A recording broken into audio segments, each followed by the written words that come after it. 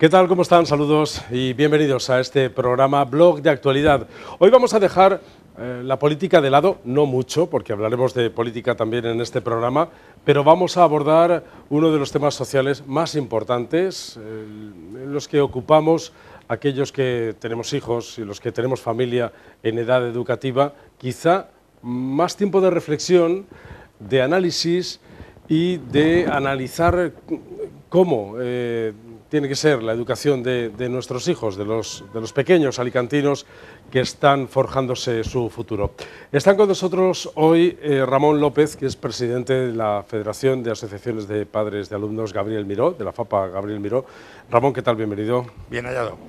Iba a estar con nosotros Julia Llopis, pero no ha podido por cuestiones personales, así que la vamos a disculpar y escucharemos, eso sí, porque hablamos hace escasos días con ella y escucharemos algunas de las opiniones en esta tertulia que vamos a hacer a dos bandas. Ramón, yo voy a ir tirando un poco de tu lengua para que me vayas explicando, contando en qué momento nos encontramos, en qué momento educativo del ciclo anual estamos ahora mismo. Pues sin duda para los padres y madres, después de esta ardua tarea que es el llevar las APAs en el día a día, pues en un periodo vacacional.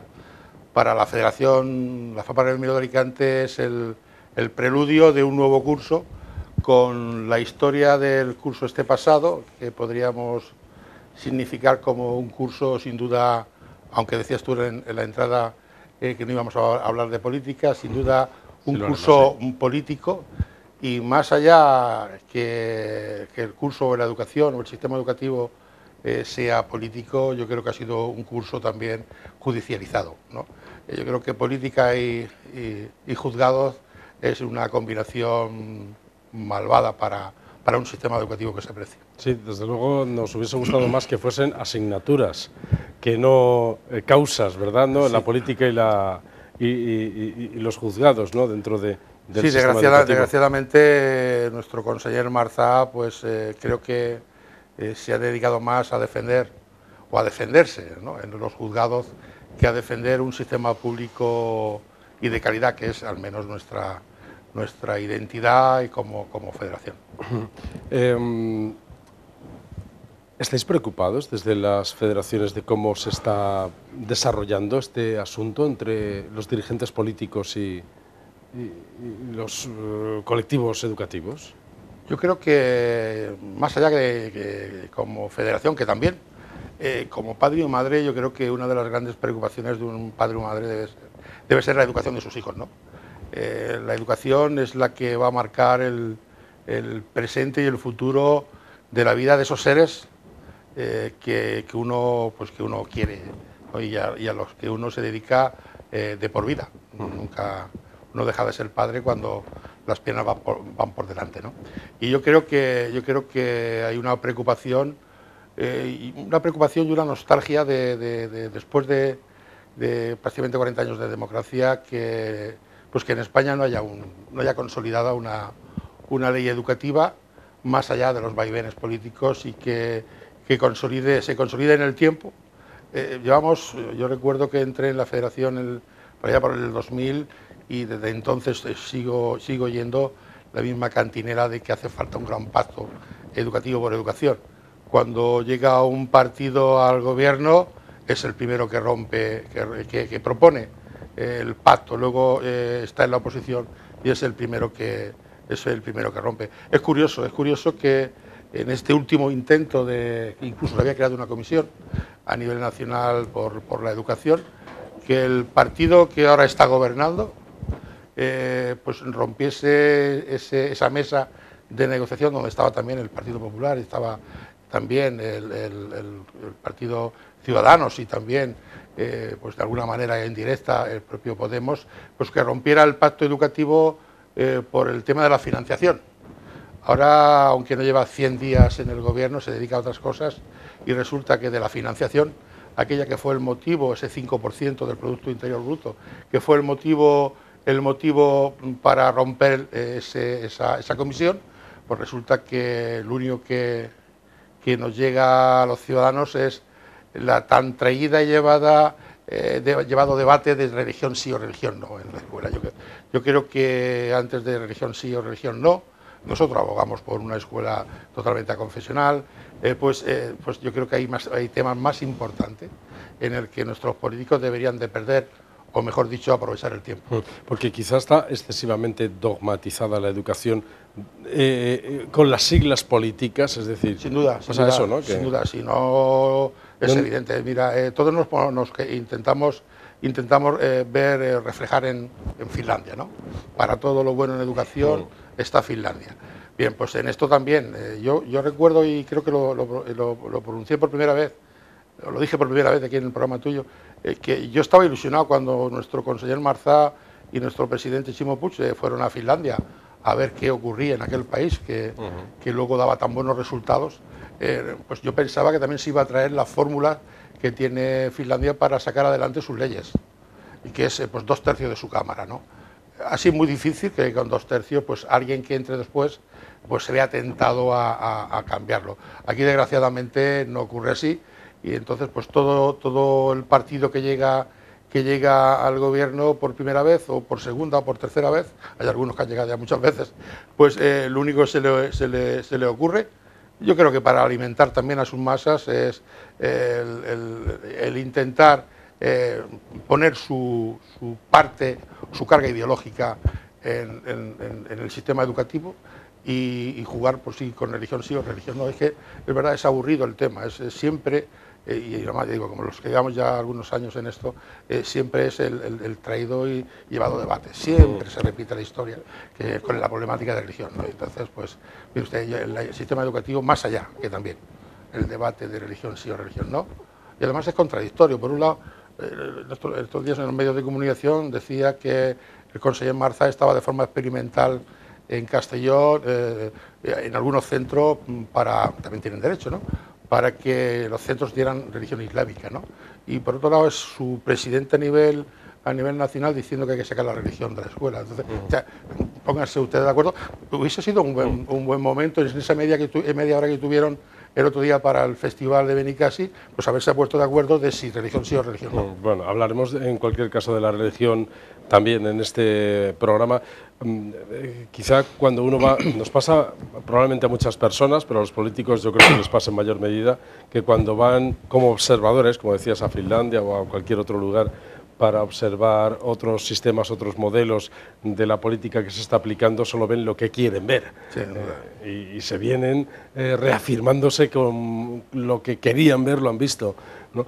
Vamos a escuchar, antes decía que tenemos a Julia Llopis como invitada, también con algunas declaraciones que ha aportado para nuestros informativos en estos últimos días, y vamos a escucharla precisamente hablando de esto que ahora mismo estábamos departiendo tú y yo, sobre las preocupaciones de las familias en torno, ella desde un punto de vista desde los colegios concertados. Julia Llopis es presidenta de CONCAPA, de la Confederación de Colegios Concertados de la Comunidad Valenciana. La escuchamos y seguimos hablando del tema educativo que hoy nos va a dar para mucho. No sé, yo creo que en España se están dando conflictos donde no los hay. Entonces yo no sé si es que estos políticos de turno van buscando los conflictos. Sí que se crea, pues eso, un conflicto cuando realmente la escuela pública y concertada están yendo de la mano y entre las familias no tenemos conflictos, entonces podían tomar nota. Los padres están preocupados más que nada por eso, por la invasión, porque cada vez eso se invaden más muchos términos que nos corresponden a los padres, ¿no?, en la educación de nuestros hijos. Entonces sí que nos preocupa esa vulneración de derechos que es uno detrás de otro. Lo que más me duele de todo esto es que incluso el Partido Socialista, que fue el que rompió el pacto educativo, que era tan ansiado tanto por las familias como profesores, como patronales, por todos, porque que vaya la educación de un país al vaivén del político, pues eso no es bueno para un país. Entonces, lo que más me duele es que el Partido Socialista, que fue el que rompió el pacto, el primero, pues que ahora esté gobernando realmente sin un consenso, sino que venga con una dictadura, ¿no?, por así decir. Entonces sí que nos preocupa, ¿no?, en cierta manera. Yo lo que me tranquiliza es que, bueno, pues está gobernando tenemos un presidente del gobierno que ha sido por estrategia política pura y dura, pero que no está avalado realmente por los votos de los ciudadanos, y yo espero que el recorrido de él sea muy corto. Entonces espero que haga el menos posible daño en la educación de los niños y bueno, y espero que sea el menor daño posible, que gobierne lo menos posible. Si va a venir con esas, pues que se vaya olvidando. sin entrar en sensibilidades políticas de partidos, que Julia sí que ha entrado, pero yo quería analizar algunas de las cosas que ha dicho Julia. ¿Hay un conflicto entre lo público y lo concertado o conviven perfectamente? Tú representas a los colegios públicos. Evidentemente, nosotros apostamos por una escuela que nada tiene que ver con la escuela concertada, desde el punto de vista de lo que entendemos de lo que en la escuela se tiene que ver, ¿no? Pero tú sabes mejor que nadie, porque hemos estado alguna vez aquí, que como bien decía Julia ahora en su corto, hemos sido capaces, la escuela pública representada por mí, evidentemente, y pues más de 500 APAs de la provincia de Alicante, y la escuela concertada hemos sido capaces de ir juntos. Y evidentemente tenemos temas, como es la religión, temas que nos diferencian y que seguramente no seríamos capaces de llegar a un acuerdo. De ahí que yo creo que el mérito ha sido justamente ver qué temas nos unen y hacer un frente común, porque al fin y al cabo el padre y la madre de la concertada pues te quiere igual que el padre y la madre de la pública, que sus hijos salgan adelante, porque todo el mundo sabemos y cada vez más que pues que un chaval o una chavala que es excluida de un sistema educativo de calidad, pues al fin y al cabo también tiene muchas papeletas para que sea excluido a nivel social. Aunque los colegios concertados tienen esa parte privada, pero no dejan de ser también o estar cubiertos por la parte pública, por lo tanto. Evidentemente, ¿no? Entre las similitudes y las diferencias hay compatibilidades. Yo el otro día le comentaba pues, a un político en la consellería que igual, porque yo creo que también la crítica contra la concertada también parece que va en el libro, ¿no? Yo me dedico a que la escuela pública en la que creo, pues cada día esté más cercana y que no sea una utopía eso que creemos a mucha gente, ¿no? Y evidentemente pues la escuela concertada pues está ahí. Y a veces poniéndole piedras o palitos en la rueda, yo creo que a la escuela concertada lo que estamos haciendo no es ir contra la concertada, sino favorecer la privada. Evidentemente la escuela pública está mantenida con fondos públicos y para mí pues se debería de someter pues, a lo que se somete la escuela pública, desde el punto de vista de los consejos escolares y desde el punto de vista también de la posibilidad de que sea libre y gratuita para todo aquel que la utiliza. También es verdad que nada tiene que ver la concertada, que algunos, ya que vamos cubriendo canas de antes con la concertada de ahora, ¿no? Hay concertadas que también, porque todo el mundo también parece que entiende que la concertada va de la mano de la religión. De la religión cuando católica, hay colegios concertados que son cooperativas de profesores totalmente laicos y no hay ningún problema, ¿no? Yo creo que... Y luego también hay, detrás de estos temas, también hay otros temas que se dan por hecho que uno, si tira un poquito de números, no son ciertos. Cuando se dice, no, es que la escuela concertada es mucho más económica que la pública, pues no. Y me explico, no porque si hay, no sé, pues 500 inspectores en toda la Comunidad Valenciana, los sueldos de esos inspectores se imputa a la parte pública.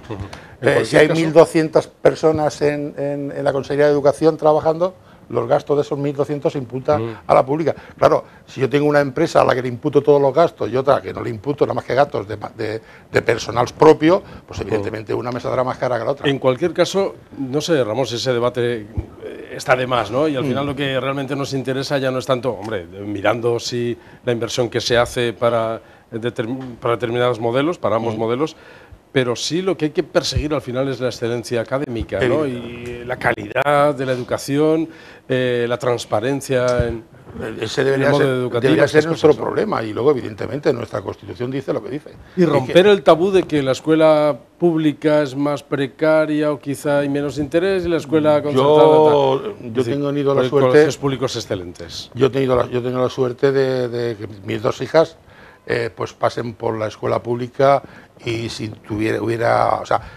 la posibilidad de tener 3 hijos más o 4 hijos más, pasarían por la escuela pública. Lo de relacionar escuela pública con fracaso o más fracaso y escuela concertada con éxito o excelencia, yo no lo veo. Hay magníficos colegios públicos con magníficos profesionales. Vamos a ver, si el simple hecho de tener una plaza, una oposición, es tener más conocimiento, más calidad, más competencia, pues debería ser justamente lo contrario, porque donde están los profesores y profesoras con plaza y con oposición son en la pública.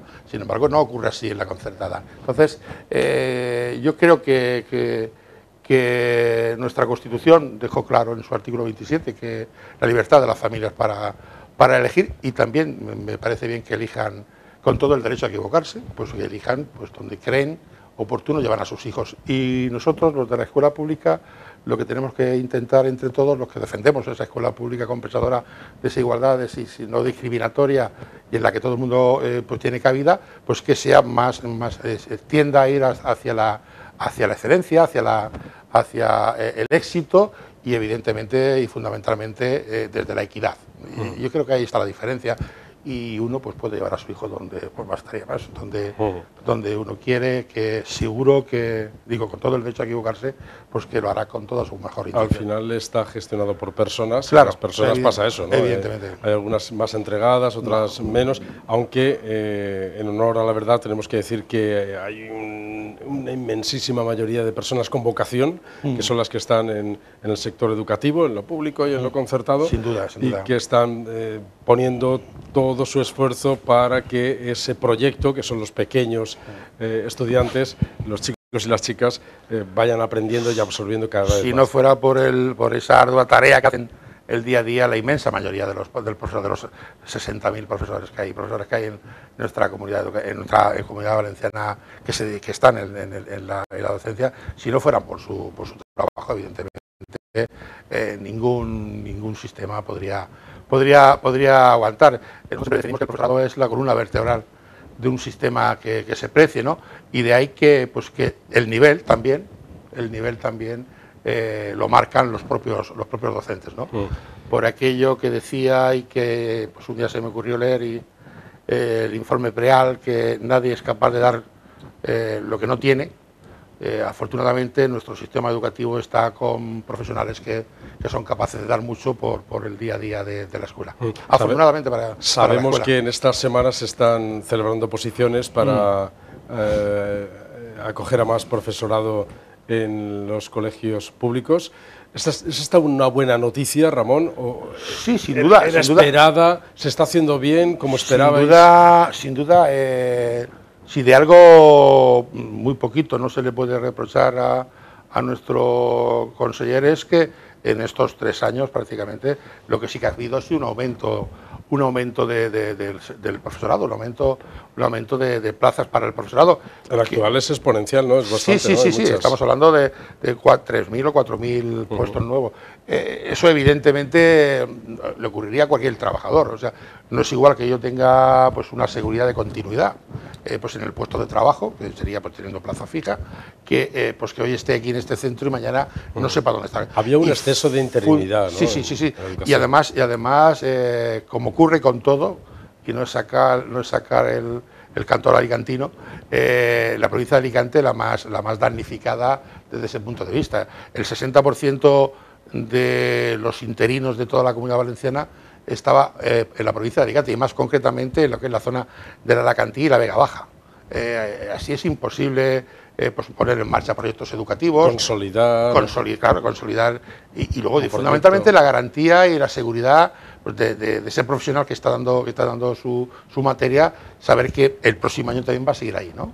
Para bien o para mal, y evidentemente pues la posibilidad de poner en marcha un proyecto educativo con vista de continuidad. Muchas veces los padres nos hemos quejado, es que ha venido el profesor o profesora de educación física y este año los niños tienen que comprarse patinetes, porque le gustaba el patinete. Al año siguiente el profesor se va y el que viene pues le gusta hacer el baloncesto, y todos los niños se aparcan del patinete. Evidentemente así es una forma algo pues muy veraniega para demostrar el problema, pero que es así, es imposible continuar los proyectos educativos. Las direcciones de los centros pues hacen auténticos malabares, porque cada vez, cada nueve... Es más, yo creo que ninguna empresa, sería capaz de aguantar como aguanta la empresa, entre comillas, de la escuela, cambiando cada 9 meses de trabajadores. Sería imposible. Digamos que y esto que no somos capaces de dejárselo y que no le aconsejamos a ninguna empresa que se precie, lo estamos aceptando todos los años, año tras año, en la escuela, ¿no? Cada 9 meses, profesores fuera y nuevos profesores. Claro, por llevarlo a otro símil agrario, tú que eres de la Vega Baja, yo que soy de una zona también donde hay mucha agricultura, muchos temporeros, ¿no? Claro. Y van cambiando. Claro, y cuando llega totalmente. hay que enseñarles otra vez cómo se recoge la fruta otra vez. Claro. ¿No? En este caso, vamos a ver, por ejemplo, y además habrían cosas. Nosotros siempre hemos llevado en la mesa de padres, a través de Copapa, hemos llevado el inicio. Bueno, yo recuerdo, mira, la mejor ley educativa que ha habido hoy por hoy es la ley del 70. La ley del 70 nada más que tenía un problema, que era que todavía la firmaba Francisco Franco. Bien, pues una vez solucionado ese tema, y yo creo que y de hecho los docentes lo reconocen, yo creo que ha sido la mejor ley educativa que ha habido. En esa ley educativa hablaban de 220 días lectivos, hoy tenemos 175 días lectivos. Llegó la transición, o sea, llegó la democracia, llegó el PSOE y empezó a bajar días. Y cuando llegó el PP al poder, como ya no le quedaban días para bajar, empezó a quitar horas. Tú sabes perfectamente que el único sitio donde las horas valen 45 minutos es en la escuela. Y hombre, ya no se atreven a llamarles hora y le llaman sesiones, ¿no? Porque claro, decir una hora 45 minutos es complicado, ¿no? Entonces yo digo que igual la escuela lo que ha sufrido es lo que decíamos al principio, mucha carga ideológica, no, yo diría más allá, partidista, y ahora últimamente, pues por enlazar con lo anterior, pues también mucha carga de juzgados, ¿no? Y entonces, pues yo creo que son dos elementos que lo único que hacen es pues eso, destruir la escuela, que debería ser garante de éxito de la inmensa mayoría de los alumnos. Estábamos hablando de la escuela pública y con Julia Llopis estábamos hablando de la concertada, con vuestras diferencias y vuestras similitudes. Os habéis cogido de la mano en algunas ocasiones en estos últimos años para protestar por, lo decía Julia, por la vulneración de los derechos. ¿Se están vulnerando derechos de los profesores, de los escolares, sí, de las familias? Sí, yo creo que y derechos fundamentales que están recogidos en la Carta Magna, ¿no? Entonces, por ejemplo, sabes que junto a Idiomas y a Educación y otras entidades, pues creamos la plataforma con relación al tema no de una crítica contra el valenciano. Aquí para nada nadie está en contra del valenciano. Creamos la Asociación de Libertad de Elección de la Lengua Vehicular. Y aquí hemos tenido también muchos intentos de ridiculizar ese papel de las familias, ¿no? Hasta la propia vicepresidenta del gobierno nos decía que los padres quieren elegir matemáticas, si se da o no se da matemáticas. Si a mí me diesen la oportunidad, a mi hijo no le gusta la matemática. ¿La filosofía? Mire usted, no se sabe, no, hasta ahí tenemos claro a las familias que no llegamos ni nos apetece llegar. Pero lo que sí que creo que tenemos las familias, y en eso coincidimos con Julia y con su organización, es la libertad yo siempre digo, fundamentalmente de equivocarnos. Y luego dentro fundamentalmente de equivocarnos, y a ninguno le gusta equivocarse, pues de elegir la lengua vehicular con la que nuestros hijos entendemos que van a entender mejor la materia que le van a dar. Y es tan fácil como eso. O sea, yo no estoy contra el valenciano.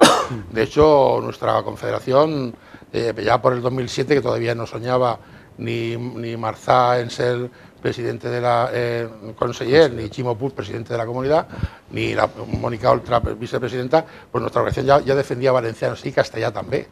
Y lo hacíamos al revés en cuanto, justamente por poner incidencia y poner en valor que el tema no es ir contra el valenciano. Yo entiendo perfectamente, y todo el mundo entenderá perfectamente, que una padre y una madre en Vinaròs, donde su hijo está en un entorno sociolingüístico alrededor del centro, donde se habla el valenciano, donde la familia se habla el valenciano, y donde la escuela prácticamente, y además en Castellón, en Castellón no hace falta ir a Cataluña, en Castellón no se puede estudiar en la pública en línea castellana. No hace falta ir a Barcelona. Entonces, entiendo perfectamente que ese padre y esa madre entienda que su hijo pues va a tener más facilidad en adquirir los conocimientos de matemáticas si las clases se le dan en la lengua materna, que es el valenciano.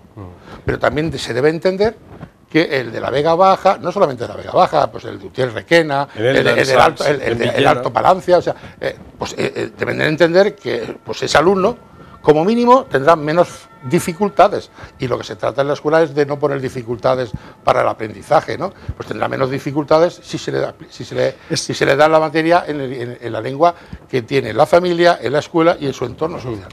Ramón, ¿es el valenciano el asunto de debate más visceral que hay? Sin duda. En la provincia de Alicante, lo digo. Sin duda. Porque los posicionamientos llegan a ser... Ni la religión, ni la religión. De un enrocamiento tal...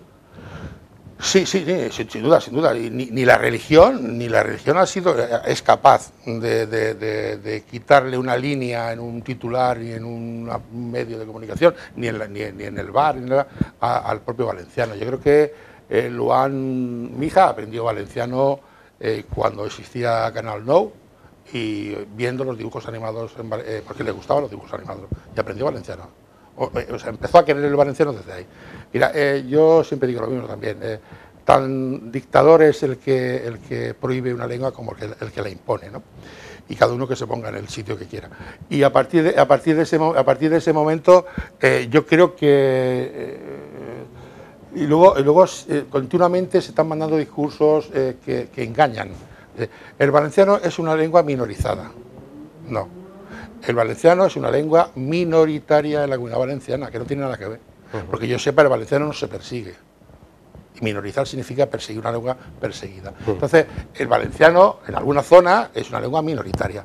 Y sin duda, las personas que deben de hacer posible que esa riqueza cultural de nuestra comunidad valenciana, en la que hay dos lenguas cooficiales, lo único que pueden hacer que una de ellas no desaparezca, utilizándola, es los propios valencianos parlantes.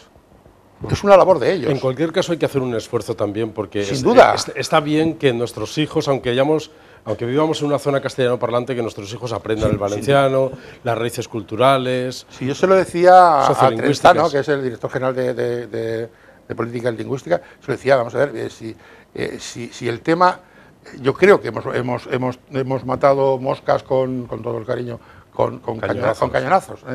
Si era para evitar que el 1,2% del alumnado pidiera la excepción de valenciano, que ocurre y seguirá ocurriendo cuando llega a segundo de bachillerato, porque se elimina una asignatura, y luego también, no sé, mi propia hija se dejó desde infantil hasta primero de bachillerato con sobresaliente en valenciano, y en segundo se lo quita. ¿Por qué? Porque era una asignatura menos para preparar la PAU, y luego ella entendía, porque quería ser médico y está en ello, ella entendía que igual esos 2 o 3 puntos, décimas que le podía quitar, pues ella daba un valenciano con un profesor, creo que la mayoría de los que tuvo fueron de Murcia, que no, en serio, porque estamos en el límite, y se habían sacado el Michat, y daban clases de valenciano. Entonces ella temía que esos 4 o 5 puntos que son tan importantes para que un alumno estudie la carrera que siempre ha querido, pues que un profesor que viniese, no sé, de Vinaroz o de Alcoy para hacerle la prueba, pues entendiera que su pronunciación, cualquier cosa, pues no era merecedora de ese sobresaliente, y que le quitase las 2 o 3 o 4 o 5 décimas que le hacía posible ir a estudiar la profesión que ha querido toda la vida. Entonces, ante ese temor, el 1,2%, yo creo que mucho de ese 1,2% actúa de esa misma manera. El 1,2% del alumnado pedía la excepción de valenciano. El resto, en toda la Comunidad Valenciana, y digo, incluso en Castellón, ya no se estudiaba en línea castellana, el resto pedía y daba la asignatura de lengua y literatura valenciana, sin ningún problema. Porque evidentemente, ¿quién va a renunciar al menos... Otra es tener competencias, pero al menos ser conocedor de la otra lengua cooficial que hay. Por lo tanto, lejos de no tenerle amor a la lengua o a las tradiciones, todo lo contrario. Es una estrategia académica, ¿no? Más o menos. Pero a lo que quería llegar, Ramón, es que A ver, yo me veo también como padre, y un poco desde fuera de los colectivos educativos, y hablando en una cafetería o en un bar con mis amigos, muchas veces ha salido esta conversación, que seguro que a ti te habrá pasado también. ¿Cómo es posible que estemos peleándonos por si valenciano tiene que tener más o menos peso en la educación de nuestros hijos y después salgan del colegio o del instituto sin saber hablar inglés, alemán, francés o chino? Yo te decía al principio que un día se me ocurrió leer el informe PREAL, que es un informe que hicieron los países más avanzados en educación y cómo lo consiguieron, ¿no? Y decía, de repente decía eso de nadie puede dar lo que no tiene. Mira, en este proyecto de imposición de valenciano, hay que llamarlo así, con todos los matices, como he dicho antes, de que nadie está en contra del valenciano y que es una riqueza cultural. Lo que pasa es que basta que digas esto para que los otros te sitúen, no sé, que ya vas en contra del valenciano. Yo no voy en contra del valenciano, ni se me ocurriría. Pero en fin, en ese afán de llevarte a o estás conmigo o estás contra mí, pues yo creo que pues alguien sabe perfectamente que desde la educación hay cosas que se puede hacer con más facilidad y lo que ha puesto en marcha ha sido un proceso justamente para conseguir eso. Y el tema de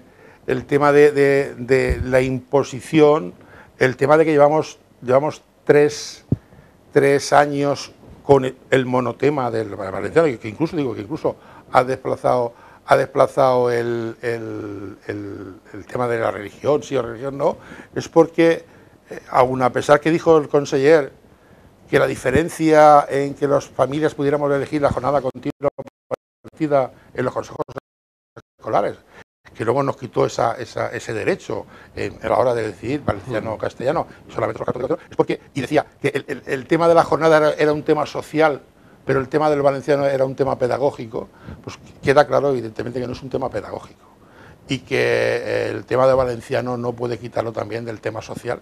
Es más, se está socialmente donde más daño está haciendo ese intento de imponer algo y que lo único que está consiguiendo es que pues, el otro sector, además de resistirse a esa imposición, pues termine, eso sí, posiblemente, si no odiando, pues viendo con malos ojos pues algo que debería ser una cosa tan natural y que debería formar parte del día a día de nuestro sistema educativo. Te digo esto porque escuchaba con admiración como una hija de unos vecinos había estado en una estancia en China perfeccionando el chino y además tenía nociones de alemán y además hablaba un poquito francés.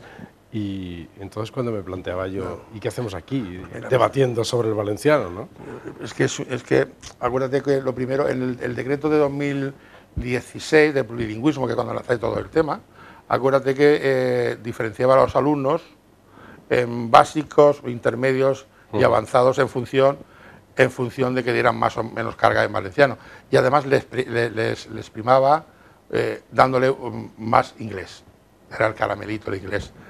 Y era una falacia, y era una mentira, y era un engaño, al igual que ahora.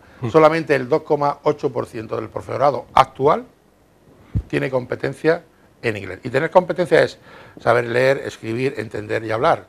Porque yo puedo conocer un idioma y puedo entenderlo y puedo incluso hablarlo, pero soy capaz de escribirlo y mucho menos de leerlo con comprensión lectora. Para que uno pueda decir que tengo competencia, tiene que tener esas 4 competencias. Pues el 2,8% de nuestros profesores tienen competencia. Es decir, el 2,8% de nuestros profesores tendrían competencias, por ejemplo, a dar matemáticas únicas y exclusivamente en inglés. Pues volvemos a otro hándicap que tenemos en la escuela, que es el tener suerte. Y tener suerte es que llevar a tu hijo no al centro que está cercano de tu casa, llevarlo cercano a tu casa, que además tenga un grupo de profesores y profesoras estables y además que entre ese grupo de profesores estables tengan algunos que también controlen el valenciano, porque los demás te pueden decir lo que quieras. Es como que va a un restaurante y ve una magnífica carta, empieza a pedir y dice no me queda. Y al final termina tomando el plato del día.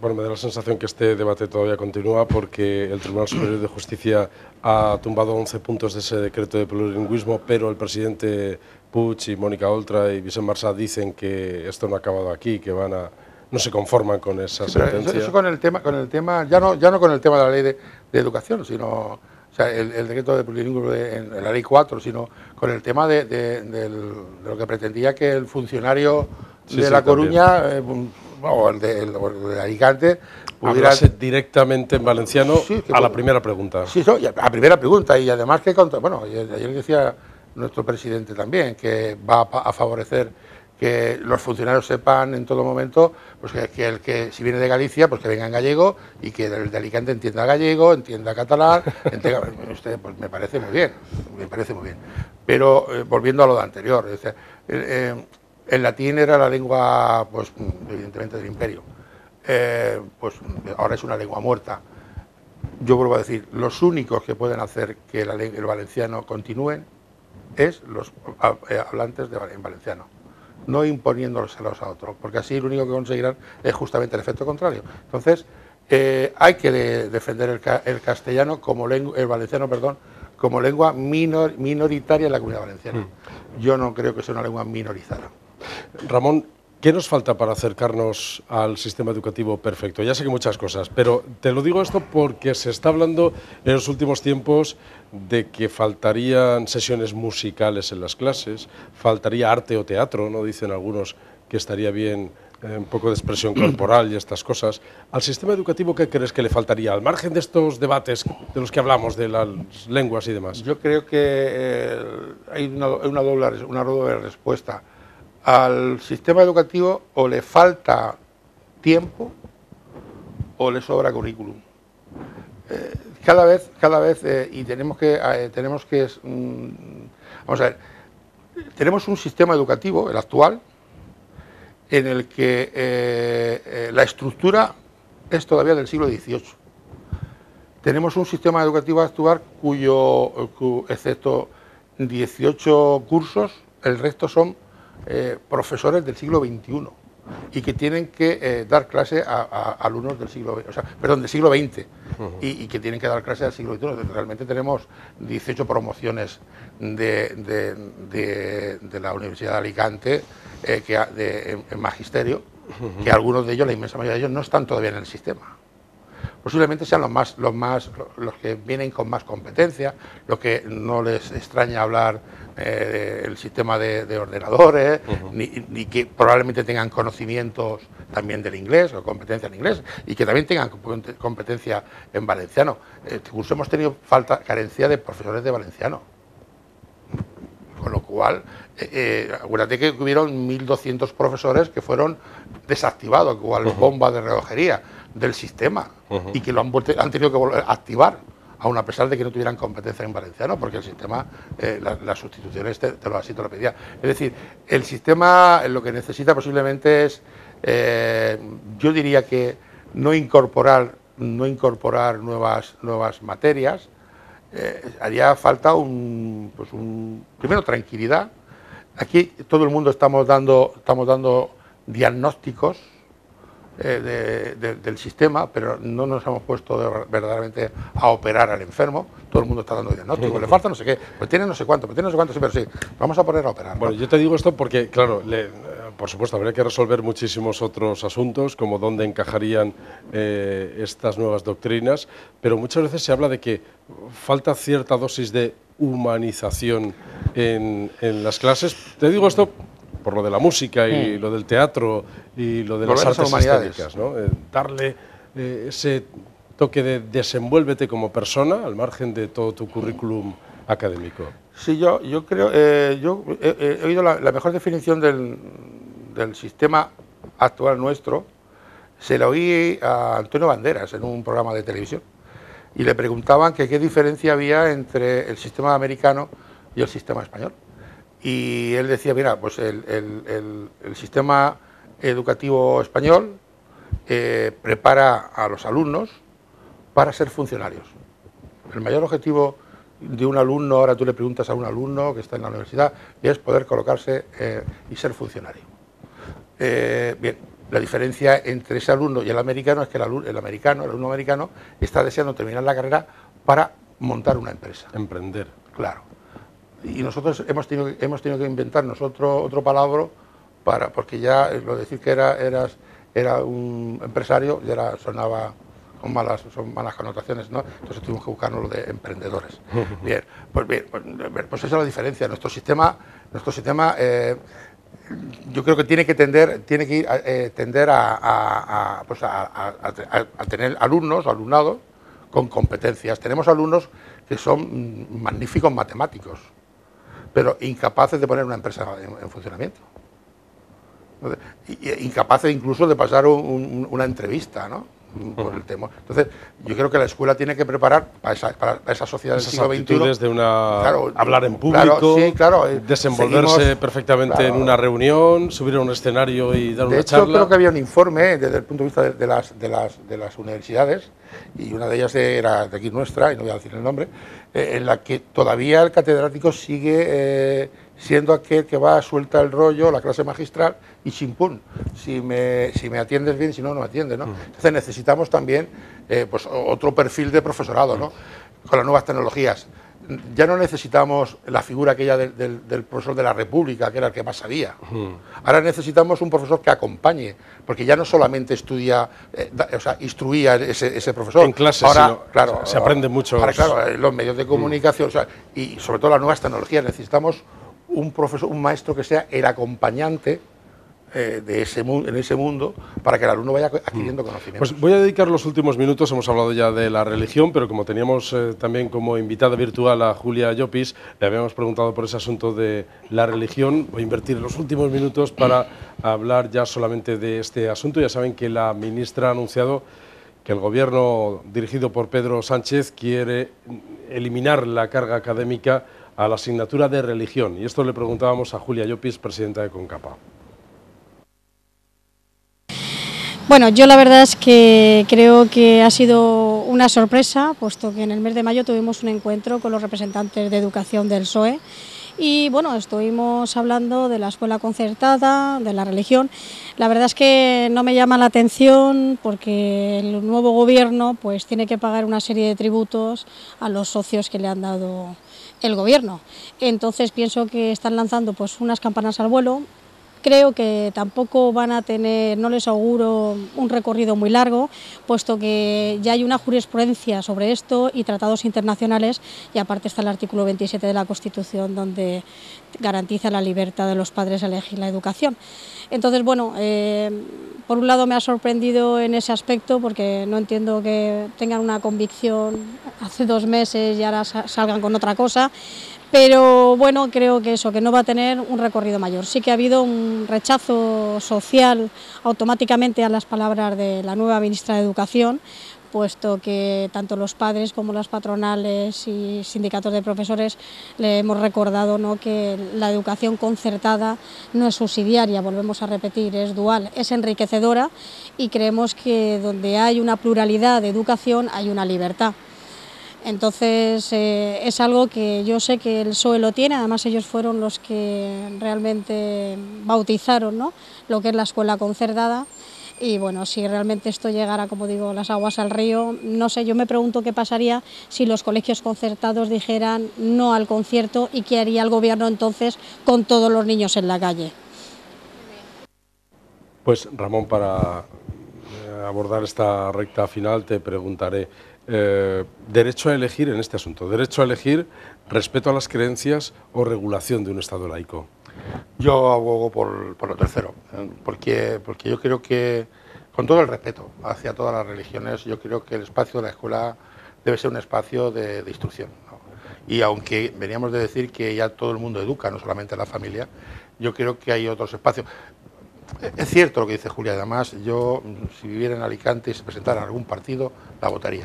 Pero dicho eso, porque la quiero un montón, el simple hecho de tener este debate en la escuela, yo creo que no ayuda a nadie. Bueno, pero hay quienes piensan que la religión, la asignatura de religión católica aporta unos valores necesarios para el ser humano. Es lo que iba a decir. Vamos a ver, negar el hecho religioso de nuestra cultura europea es absurdo, ¿no? Es decir, pues ver la catedral de Burgos sin conocer la historia, sin conocer la historia, pues es. Por eso nosotros abogamos más y en busca de ese consenso por una asignatura que fuera asignatura Historia de las Religiones y que fuera impartida por profesionales de la historia, ¿no? No podemos ser, creo que la ministra es valenciana, ¿no? De Educación. Sí, sí. Pues no podemos tener una ministra valenciana. O ministra de Sanidad es valenciana. Perdón, es verdad, es la de Sanidad. Sí, Perdón. bueno, yo pensaba que era la de Educación. ¿La de Educación es gallega? No lo sé. No lo sé, yo tampoco lo sé. Ahora. En fin, pues que lleva un poco tiempo, no la conozco. O catalana, no sé, pero en fin. Es contradictorio que por un lado estén diciendo que se va a quitar, eso es lo que habría que dejar claro, se va a quitar la religión, y entiendo que cuando habla de la religión todo el mundo empieza que es la religión cristiana, y sin embargo luego nuestro consejero está diciendo que en Castellón está poniendo centros pilotos para que se estudie el Islam. Usted, o todas o ninguna. Y yo creo que la escuela es, digo, con respeto hacia todas, tampoco pues a esos que bajo el ismo que siempre llevan, yo creo que no hay nada que termine en ismo que sea bueno, pues que quieran quitar algo para ponerse ellos, ¿no? Yo creo que la escuela tiene que estar libre de religiones. Y en todo caso una asignatura que ¿Pero ni siquiera optativa? No, porque el problema de la optativa es que tú de alguna manera estás... vamos a tener, imagínate, una clase de 30 alumnos donde 25 quieren dar religión cristiana, ¿vale?